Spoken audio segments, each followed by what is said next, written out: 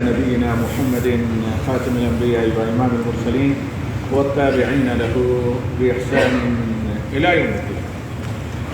ذرا وقت نہ لیتے ہوئے آج کے خطبہ جمعہ کا موضوع اور ٹاپک تھا کیا؟ دعائیں، دعا، مستجب دعائیں اور ماہ قرآن یا دعا اور صیام رمضان. اور دوسرے حصے میں اگر دونوں کو علیحدہ کر دیا جائے تو اللہ کی ناراضگی سے بچیں یا اللہ کب ناراض ہوتا ہے. تو سب سے پہلی اس بات کا آغاز ہوا نمبر سے وہ یہ کہ یہ دنیا کیا ہے؟ دار الابتلاء اور امتحان. اس میں ہر انسان یا تو ضرورت مند ہو، کیا ہوتا ہے، محتاج ہوتا ہے، یا خواہش مند اور طلبگار ہوتا ہے. تیسری کوئی قسم ہے. ہر انسان، تمام انسانوں کے جتنے دنیا میں، بلکہ جنات کی، بلکہ ساری مخلوقات کی جن کے اندر جان روح ہے، صرف یہ دو قسمیں ہوتی ہیں، یا تو ضرورت مند اور محتاج، یا کیا ہے، خواہش مند اور طلبگار. تو لہذا ان دو بشری، ان دو جو ہے خاکی آپ کی ساری کائنات کو اللہ تعالیٰ نے مچھلی کے پانی سے پیدا کیا. تو ان کو پورا کرنے کے لیے یہاں آدمی کو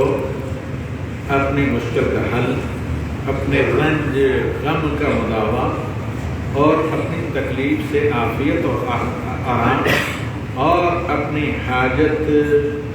کی باریابی نظر آئے. یہاں فلاں جگہ اس کی حاجت پوری ہو سکتی ہے، فلاں جگہ اس کو اس کی ضرورت و خواہش مل جاتی ہے، تو رواں دواں کشاں اس پر وہ دوڑے چلا جاتا ہے اور ہر طرح کے بلکہ جائز و ناجائز وسائل استعمال کرتا ہے اپنے ٹارگیٹ اور اپنے اس چیز اور بنیادی مقصد کو پورا کرنے کے لیے. ایک آدمی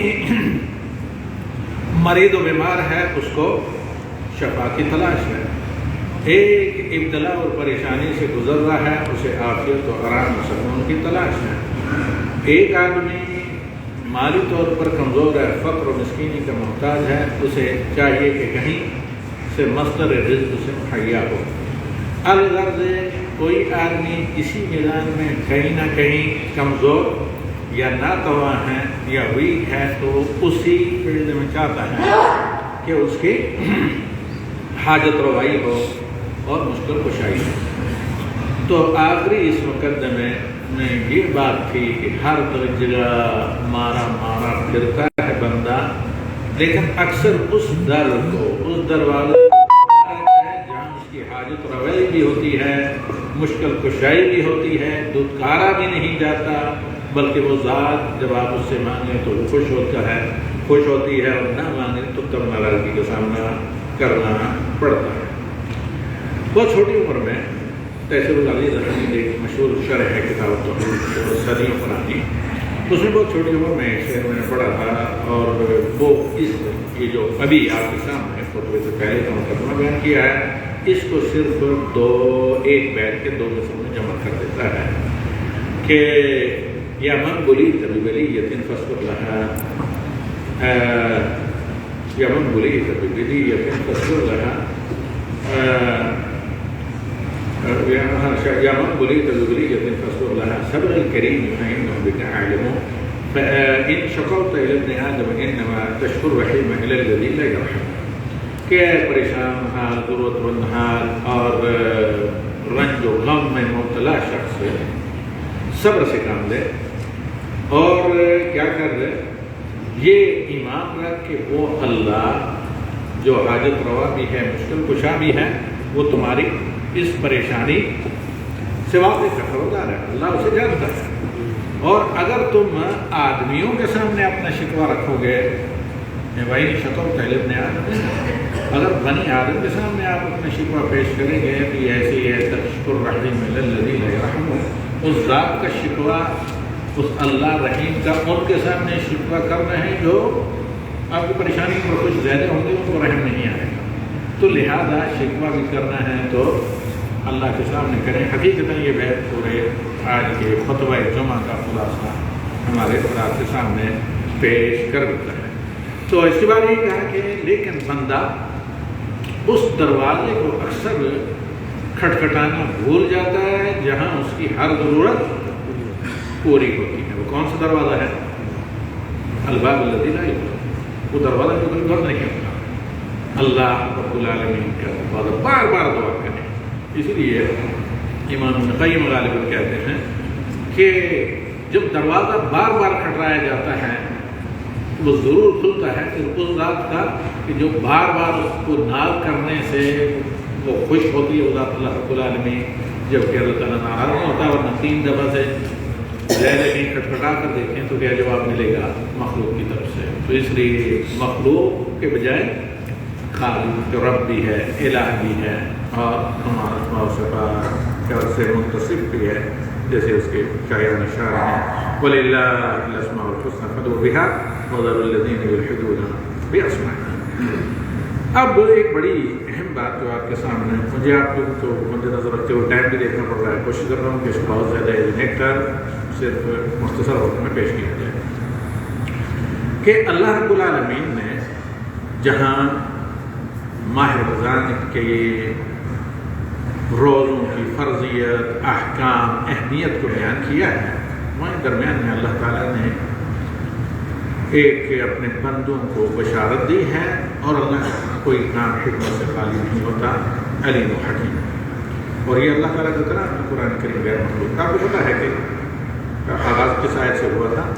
یا ایھا الذین آمنوا کتب علیکم الصیام کما کتب علی الذین من قبلکم لعلکم تتقون. اور تقوی کی علامات میں سے صفات میں سے یہ بھی ہے کہ آپ اور ہم اللہ کی طرف رجوع کریں. آگے کہا گیا کہ اللہ رب العالمین فرماتا ہے، یہ ہے آیت نمبر 183 سے لے کر 185 کی دونوں آیات. آپ کو پتہ یہ سب آیات رمضان کے احکام، روزوں کی فرضیت سے متعلق ہیں. یہاں جو ہے خطبے میں جس پر پورا خطبہ گردش کر رہا تھا جس آیت پر وہ ہے سورہ البقرہ آیت نمبر 186 جس میں اللہ رب العالمین کہتا ہے نبی صلی اللہ علیہ وسلم کو مخاطب کر کے خصوصاً عموماً ہر آدمی جو وارث نبی ہے جس کے پاس علم شریعت ہے وہ کیا؟ وَإِذَا سَأَلَكَ عِبَادِي عَنِّي. اے نبی، اے محمد، جب تم سے میرے بندے میرے بارے میں دریافت کریں تو میں خبردار کر دیں یقین انی تو بے شک میں قریب، یعنی ان کی حاجت روائی، ان کی مشکل کشائی، ان کے سوالوں کو سننے کے لیے اور ان کی حاجات کو جاننے کے لیے کیونکہ اللہ سمیع علیم ہے. تو لہذا بہت زیادہ میں ان سے قریب انی قریب اجیب دعوت الداعی اذا دعانی. دعا کرنے والا جب بھی دعا کرے تو میں ان دعاؤں کو قبول کروں، لیکن کنڈیشن ایک شرط فَلْيَسْتَجِيبُوا لِي. اسے چاہیے کہ وہ میری مانے اور وَلْيُؤْمِنُوا بِي اور مجھ پر ایمان لائے. ایمان جو ایمان کے 6 پورے ارکان ہیں، منمانی نہیں بلکہ حقیقی معنی میں ایمان، جیسے نبی صلی اللہ علیہ وسلم نے حدیث جبریل میں ایمان کی شرح کی ہے. وَلْيُؤْمِنُوا بِي لعلکم. آگے اللہ رب العالمین فرماتا ہے کہ لعلکم یرشدون. یہی ایک طریقہ ہے کہ جس سے وہ ہدایت اور رشد کی طرف جا سکتا ہے. 186 سورہ البقرہ. اگر غور کریں تو یہ آیت اپنے اندر علم و معرفت اور اگر تفسیر نبوی کی جائے بہت بڑا خزانہ ہوتی ہے. کئی خطبوں کے لیے ایک ہی کافی ہوتی ہے. اگر واقع حقیقتاً جیسے بعض جیسے امام قرطبی وغیرہ نے اور ابن جریر طبری وغیرہ نے اور وغیرہ نے حوالے تنویر ابن عاشور وغیرہ جن نے بہت مفصل اس کی تفسیر کی ہے، حتیٰ کہ امام حافظ ابن کثیر رحمہ اللہ نے جو ابھی ہم بیان کر رہے ہیں. تو یہ ایک نہیں کہ شاید پورے رمضان کا خطبہ اس ایک آیت کی تفسیر پر پورے رمضان کے خطبے بھی اس کے لیے مختص کر کے مکمل. حافظ ابن کثیر رحمہ اللہ کہتے ہیں کہ اس آیت کا احکام رمضان کے غالباً حافظ ابن قیم رمضان سے متعلقہ آیات کے بالکل عین آخر میں بلکہ درمیان میں اللہ تعالیٰ کا لانا یہ عظیم اللہ تعالیٰ کی طرف سے حکمت ہے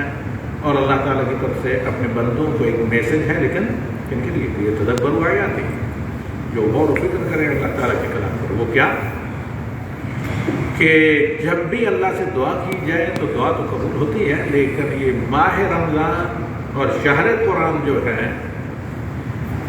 یہ دعاؤں کے لیے بہت ہی ذرخیز ہے۔ اس میں آدمی حالت سیام میں ہو کہ قیام میں، سحری کا وقت ہو جو رات کا 1/3 لاسٹ ہے،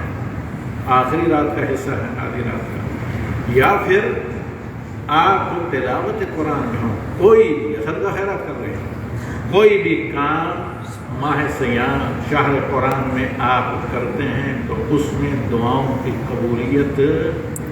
کا امکان اللہ تعالیٰ کے فضل سے بہت بڑھ جاتا ہے۔ لیکن یہ جو اللہ تعالیٰ نے کہا ولیؤمنوا بہ فلیستجیبوا لی، اللہ اس میں یہ بھی آتا ہے دعا کی تمام شروط، عقل حلال، کسب حلال، صرف اللہ سے دعا کی جائے، اللہ تعالیٰ شرعی وسیلے کے ساتھ جو اللہ تعالیٰ کے اسماء و صفات ہیں اس سے دعا کی جائے، تو دو چیزوں کو رکھا جائے۔ ایک چیز جو ہم نے محسوس کی روزانہ ہمارے سامنے تو 1000 لوگ تو ہوتے ہیں، اتنے لوگوں میں اکثر میں چند کوشچن کرتا ہوں، سوالات کرتا ہوں۔ ایک تو لا الہ الا اللہ کا لفظی معنی تو بتا دیتے ہیں لوگ، لا الہ الا اللہ کا مطلب کیا ہے، اور محمد رسول اللہ آپ پڑھتے ہیں اس کا مطلب کیا، ایک بھی نہیں بتا سکتے۔ اسی لیے میں نے شعار رکھا ہے اس سال کا، دعوت التوحید والاتباع والتحذیر من الشرک والابتداع، یعنی پورے رمضان میں اگر اسی میں ہم کامیاب ہو جائیں گے تو ہم لوگوں کو یہ مطلب پتہ چل جائے کہ توحید کیا ہے، اتباع کیا ہے۔ ہر روز سورہ کہف پڑھتے ہیں لیکن ختم ہو جاتی ہے، آخر کی جو آیت ہے کیا، فمن کان یرجو لقاء ربہ فلیعمل عملا صالحا ولا یشرک بعبادۃ ربہ احدا، 110 اسی پر میرے خیال میں ایسے پڑھتے ہیں، تدبر کی غور و فکر، جبکہ قرآن آیات پر تدبر کرنا ہے انسان کی مینٹل، سائیکولوجیکل، فزیکل، فائنینشیل اور سوشل، کوئی بھی ایسا سیکٹر نہیں آپ کو زندگی کا ضرورت، سب کے ہیلتھ کے لیے انتہائی نفع بخش ہے قرآن آیات کو تدبر کے ساتھ پڑھنا۔ بہت سی الجھنوں اور غموں اور پریشانیوں سے آدمی بچ جاتا ہے، لیکن جب تدبر سے پڑھیے، دوڑنا ہو کہ بھئی ہاں فلاں ہم نے بس یعنی منمانی اس میں جو مقصد ہے نزول قرآن کا اس کو سامنے رکھ کر قرآن کی تلاوت کریں۔ اس آیت کا اللہ تعالیٰ کا آیات الصیام کے احکام الصیام کے درمیان ملانا یہ اس اہمیت کی حامل ہے کہ رمضان میں دعاؤں سے غفلت نہ کریں، تساہلی نہ برتیں، سستی نہ برتیں، اور ان مقامات کو دیکھیں جب دعائیں قبول ہوتی ہیں،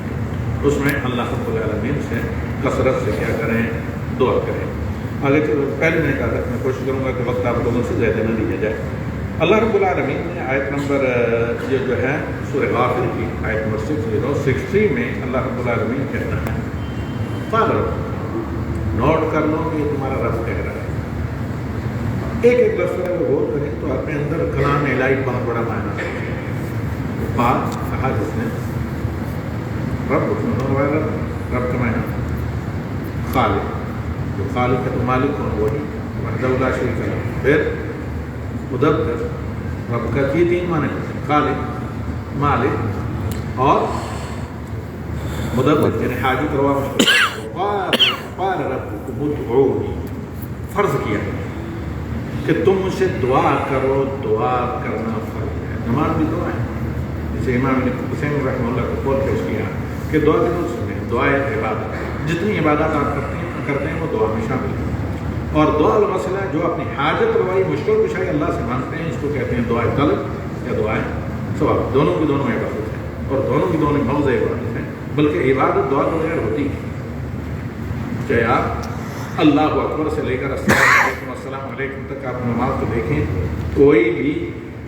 مرحلہ آپ کو بلا دعا کے نظر نہیں آئے گا۔ تو یہاں سورہ غافر میں آیت نمبر 60 میں اللہ رب العالمین کہتا ہے کہ تمہارے کسی اور نے نہیں، تمہارے رب نے جو تمہارا مالک بھی ہے، تمہارا خالق بھی ہے، تمہارا حاکم روا ہے، وہ بلا کچھ بھی دے سکتا ہے، لیکن اس کا نظام ہے، اس تمہارے رب کا الہ کا کہ تم اسے اس کی مخلوق ہو تو اس کی الوہیت، اس کی توحید، اس کی عبودیت، اس پر قائم رہ کر اللہ سے مانگو تو وہ دے گا۔ ادعونی استجب لکم،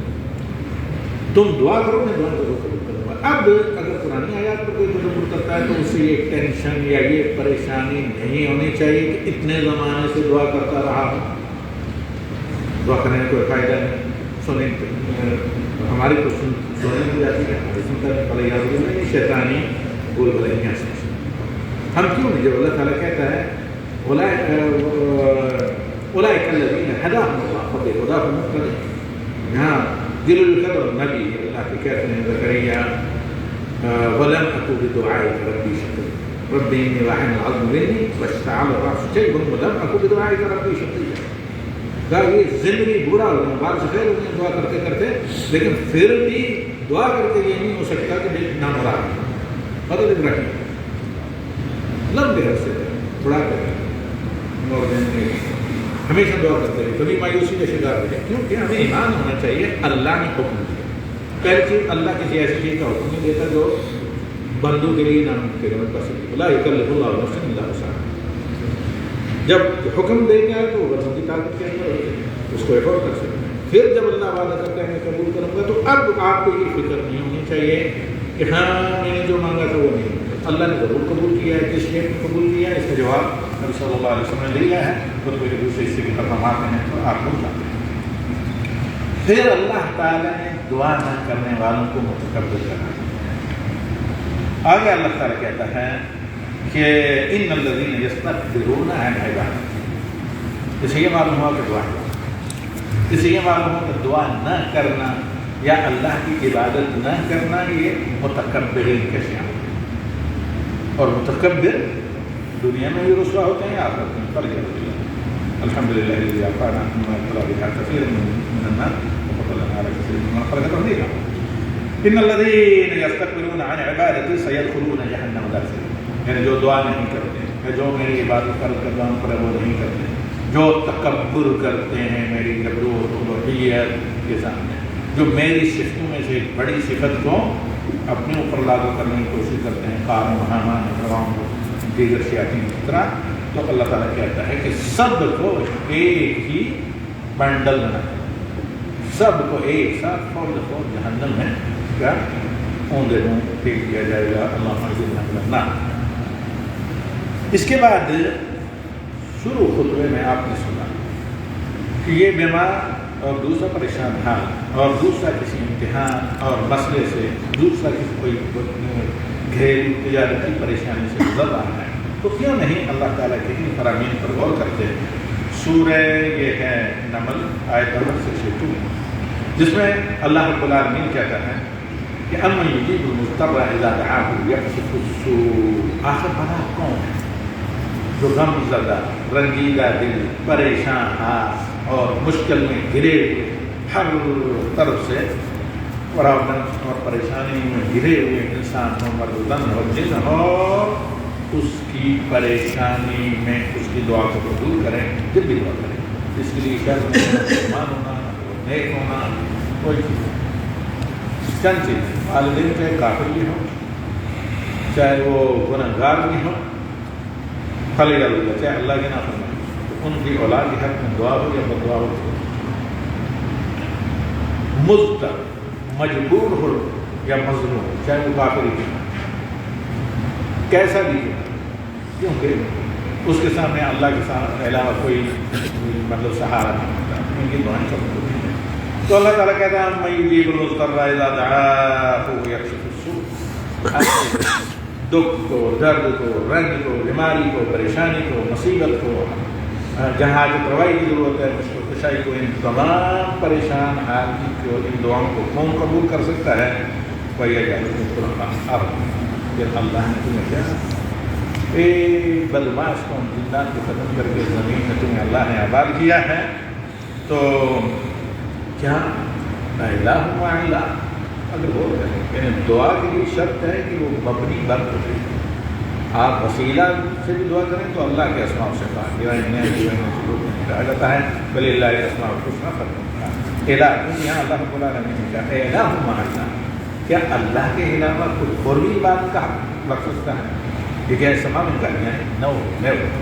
اللہ کے علاوہ کوئی بھی وسیلہ کوئی بھی مستحق ہے عبادت نہیں ہے۔ قلیلا ما تذکرون، یہ تم کیا ہے مارے اس لیے پھرتے ہو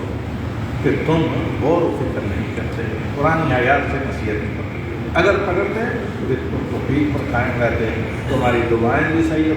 صحیح ہوتی اور دعاؤں اور غذاؤں اور راستی کا کام کرتی اور قبولیت کا بھی اثر رکھتی۔ تو لہٰذا وہ ایک سجدہ جسے تو گرا سمجھتا ہے، ہزار سجدوں سے لیتا ہے آدمی کو نجات۔ اب قبولیت دعا کے اوقات پر خصوصی توجہ برتنی چاہیے ہمیشہ، لیکن رمضان میں یہ موقع ہر ایک کو ملتا ہے۔ جائیے کسی مسجد میں اذان ہونے کے ذرا بعد ختم ہونے کے صرف بعد آپ کو دروازے دھونے میں لے آئے تو کیا بولے کہ یہی مسلمان صاحب کہ اور مہینے میں نہیں ہوتے ہیں۔ تو رمضان میں اس کا مطلب کہ یہ چانس زیادہ ہوتا ہے جو قبولیت دعا کے اوقات، جیسے اللہ تعالیٰ کا فرمان وقترب سجدہ کر کے اللہ کے قرب حاصل کی۔ نبی صلی اللہ علیہ وسلم کی تفسیر اقرب ما یکون به العبد وهو ساجد، بندہ اللہ سے سب سے زیادہ قریب سجدے کی حالت میں۔ تو کتنے سجدے ہوتے ہیں، فرض نماز کے سجود میں اللہ سے بات کیجیے، حتیٰ سبحان ربی ایک دفعہ کہہ کر آپ اپنی زبان میں دعا کریں، بھائی فرانچ میں دعا کریں، کوئی مسئلہ نہیں، اسی طرح تشہد میں سلام کریں، جو بھی دعا تو اللہ تعالیٰ سے سجدے دعا کریں۔ اسی طرح اللہ کے نبی صلی اللہ علیہ وسلم لمبے سجدے کر کے صحابہ کے بارے میں آپ سنتے ہیں، سجود میں دعائیں کیا کریں، قیام میں نبی صلی اللہ علیہ وسلم تلاوت کے دوران اللہ سے اپنی جو چیز طلب ہوتی ہے وہ جنت کی دعا کرتے اور اللہ سے جہنم کی پناہ مانگتے، حتیٰ کہ قیام کے دوران جب آیات موقع میں کہ کس طرح کی آیات شاید یا تلاوت ہو رہے ہیں، یہ رمضان میں زیادہ نبی صلی اللہ علیہ وسلم کیا کرتے ہیں۔ اسی طرح یہ ہے کہ کوئی بھی خیر کا کام ہو اور دعائیں قبول ہوتی ہیں، بالخصوص جب اللہ تعالیٰ آسمان دنیا پر جیسے کہ اللہ تعالیٰ کی شایع نشان نزول فرماتا ہے رات کے آخری حصے میں، تو اس وقت تو سبھی لوگ سحری کے لیے بیدار ہوتے ہیں، تو ویسے بھی لوگ بیدار ہوتے ہیں، غفلت سے ہٹ کر کیا کریں اللہ رب العالمین سے دعائیں۔ پھر یہ آدمی کو ٹینشن نہیں ہونا چاہیے، ہیڈ ایک نہیں ہونا چاہیے کہ دعا کر رہا ہوں مجھے نظر نہیں آ رہا ہے۔ تو اللہ کے نبی صلی اللہ علیہ وسلم کہتے ہیں کہ ان اللہ یستجیب لکل مؤمن ومؤمنہ ما لا یستعجل، ایک روایت ہر مومن مرد و عورت کی اللہ دعا قبول کرتا ہے جب تک وہ جلد بازی نہ کرے، اور ایک دوسری روایت میں جب تک وہ قطع رحمی اور گناہ کی دعا نہ کرے اللہ تعالیٰ قبول کرتا ہے۔ تو لہذا اللہ تعالیٰ سے خیر کی ملتی ہے۔ پھر نبی صلی اللہ علیہ وسلم نے کہا کیا اللہ تعالیٰ تین شیپ میں دعائیں قبول کرتا ہے۔ پہلی چیز جو آپ مانگ رہے ہیں وہی مل رہا ہے تو اللہ تعالیٰ کی رحمت ہے، آپ کو نظر نہیں آ رہی تو اس میں اللہ کی حکمت ہے کہ اس سے بڑی مصیبت آنے والی تھی جس کو اللہ نے ٹال دیا ہے، یا اللہ تعالیٰ آپ پر رحم کر کے کیونکہ اللہ علیم و خبیر ہے آپ کے لیے اس کو ذخیرہ رکھتا ہے تاکہ پھر موت کے بعد جو قیامت کا مرحلہ شروع ہو رہا ہے پلسرات سے پار ہو کر جنت میں جانے تک، وہاں مشکل وقت میں جب کوئی بھی کام آنے والا نہیں، جب دعا کی ہوئی آپ کے ہم آئے،